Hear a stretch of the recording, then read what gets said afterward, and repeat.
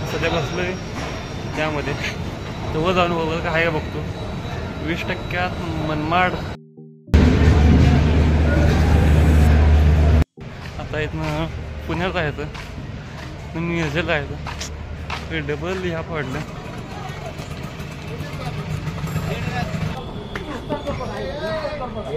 नको एवढा मारू. 4 वाजलेत आणि आम्ही 6:15 वाजलेत आणि मी सध्या आहे आता अंगोल्याच्या कोपरा, म्हणजे आपलं जतलं जायचं जोडवं. नमस्कार मित्रांनो, मी नागेश माळी, स्वागत तुमचं आपल्या अजून एका नवीन ब्लॉगमध्ये. तर मी आहे सध्या नाशिक स्टेशनवर आणि मला जायचं आहे मनमाडला. काय विषय चालता, मी आलो काल पंचवटीत गेलो, आज गेलो त्र्यंबकेश्वरला, तिथून आत्ता आलो आहे आणि आता येऊन मनमाडचं काढले स्टेशन, तिकीट काढले आणि आता जाऊन तर 8 वाजता हे रेल्वे डायरेक्ट सांगलीची, तर जाऊन बघायचं म्हटलं सांगायचंच. आणि माझ्या दिसते ते माझं नाशिकचं स्टेशन आहे, तर ते म्हटलं अजून 1 तास अवकाश आहे म्हणते ट्रेनला. मग ते आली का जायचं मनमाडला, मग तिथून सांगली. तर बघूया काय होते. आणि ते कसं ते आज तर मनमाडमध्ये आज 8 वाजता आहे, सांगलीत पोचत्या उद्या 11 वाजता. अखंड 13 तास काय तर हे वाटतं आणि बघूया काय होते. व्हिडिओ कंटिन्यू करा बघू. आणि हो, ते पंचवटीचे त्र्यंबकेश्वर जे काल गेलो ना, त्या लिंक खाली दिल्या, जाऊन बघा कसा आहे काय व्हिडिओ, कमेंट करून नक्की सांगा. चला, ते काय झालं, ट्रेन यायला अवकाश आहे म्हटले, म्हणजे अजून 1 तास आहे म्हटले. तर फोन लावायचं चार्जिंग, फोन चार्जिंग नाही, फक्त 20% राहिले चार्जिंग. आता बघू वर जाऊया, सध्या बसलो आहे त्यामध्ये, तर वर जाऊन बघू काय आहे का बघतो. 20% मनमाड जात नाही आपल्याला, कारण आपल्याला बोलावतं आहे त्यामुळे जात नाही. जाऊन बघायचं, लागलं ठीक, नाही अवघड आहे आपलं दिवस. 20% झाले त्यामुळे 20% नाही अशी चार्जिंग आता अवेलेबल नाही असं म्हणून सांगितले. बघा काय होते ते.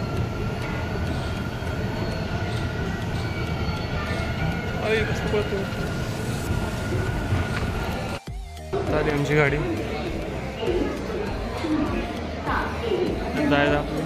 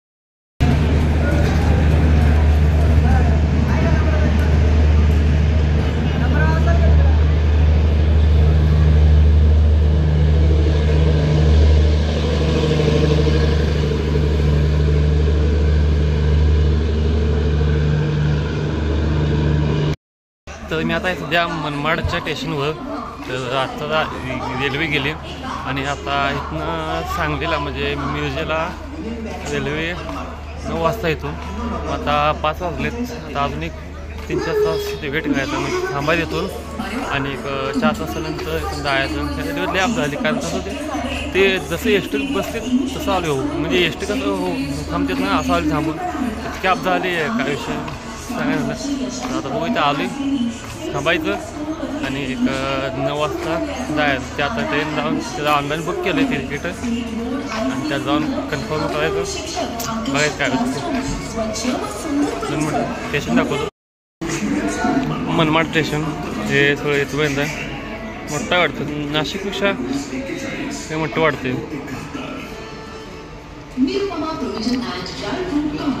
तत्ता दिसते समोर, तत्ता वाटतं तिकीट बुकिंग. मग त्या ऑनलाईन असल्यामुळे काय विषय येत नाही मला, जाऊन नसता कन्फर्म काय असते करायचं, म्हणजे तेवढं काय तर पावती भरायला लागते, तेवढी भरायची पावती, संपला विषय. चला तर जातो, बघू काय होते मग.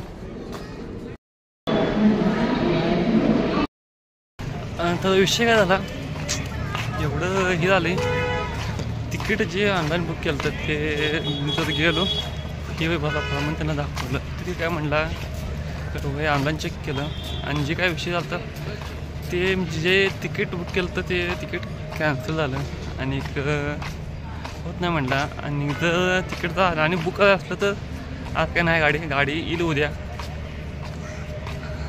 आणि त्यामुळं जर मी आता इथनं मनमाड आणि अहमदनगर ते मिळत होतो ते आता कॅन्सल झालं.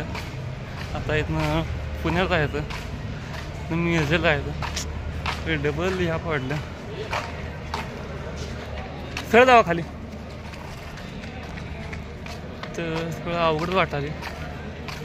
काय होईल काय सांगता येत नाही आता. आणि कुणी तिथनं सांगली हे अनुभव नसणं म्हणजे असं होतं, अनुभव नसलं आणि एक मेन गोष्ट अनुभव येतो काय होते काय नाही पाहिजे. तर आणि जायचं पुण्याला अवघड कंडिशन काय होते ते पुढं लिफ्ट आहे ते लिफ्ट नसतं जायचं.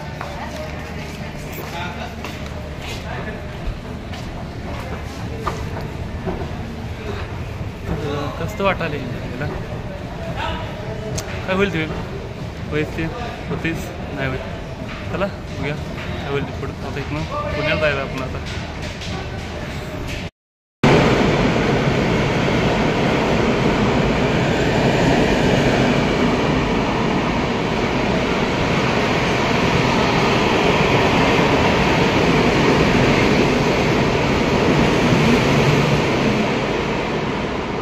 इथून 6:30 आहे म्हणली होती, आता 7 वाजलं अजून काय आलं नाही. आता मला 10 मिनटात येईल सांगितले. आता लेट झाली त्यात आवता एक पाक बिघडला आहे, तोंड सगळं तेलकट झालं आहे. आंघोळ काय पाहिजे आंघोळ सुद्धा आहे म्हणजे आज केली पण चेहरा पाकच बिघडला पुढं तोंड वगैरे व्यवस्थित आहे म्हणलं. आता आली का रेल्वे पुणे चालायचं काय आता येईल म्हणजे रेल्वे एक तर 3 नंबर किंवा 4 नंबर आहे म्हणून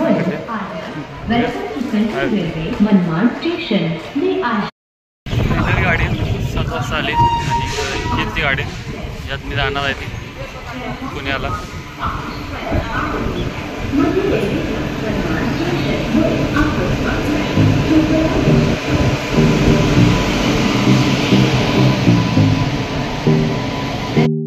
टोपी काढल्या अवतार बिघडल्या पाहिजे आणि आली रेल्वे यात पण गर्दी नाही वाटतं. अपघात आता यात आपली काय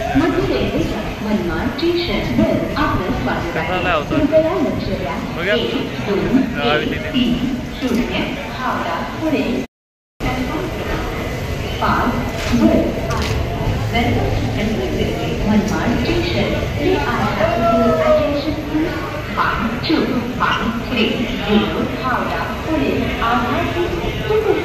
Express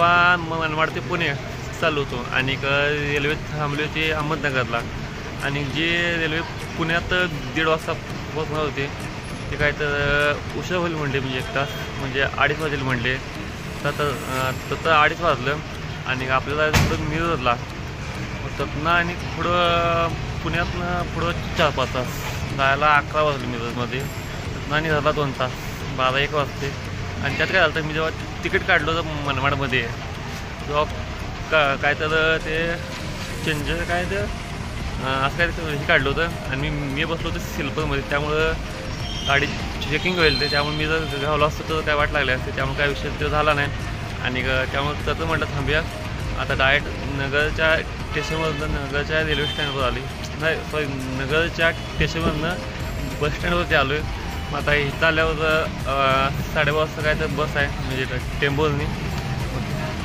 तिथपर्यंत जायचं मग तिथून मग जी काय होते बघा काय होते व्हिडिओ कंटिन्यू करून मग काय होते आणि हे दिसते पाठीमागे बस आहे 11 वाजले त्यामुळे काय विषय नाही आता इथून टेम्पोने जायचं त्यातनं काय भेटलं नाही तर नाही आणि अजून काय होते काय माहीत पुढं आणि घरला जायला किती वेळ लागते ते तर माहीत नाही तरी पण बघू काय होईल ते होईल प्रवास चालू ठेवला आहे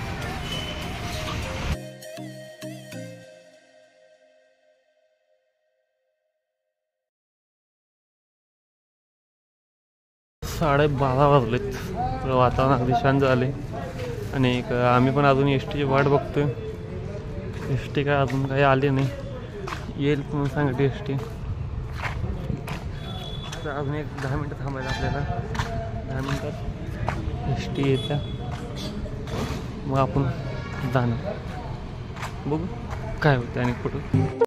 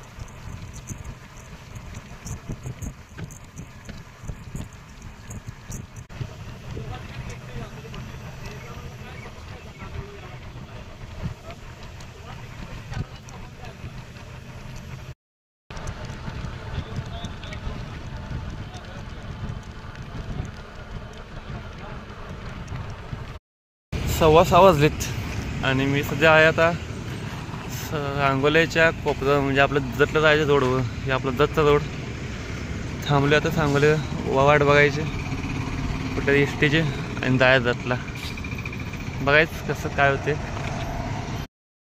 तर काल 11 वाजता होतो नाशिकमध्ये 11-12 वाजलेत काल आणि आता 6:15 वाजलेत सांगोल्यात आहे. तर का हल्ल्यापासून अजून झोप नाही चालू आहे आपल्या तत्न इकडं तिकडे सगळं चालू आहे.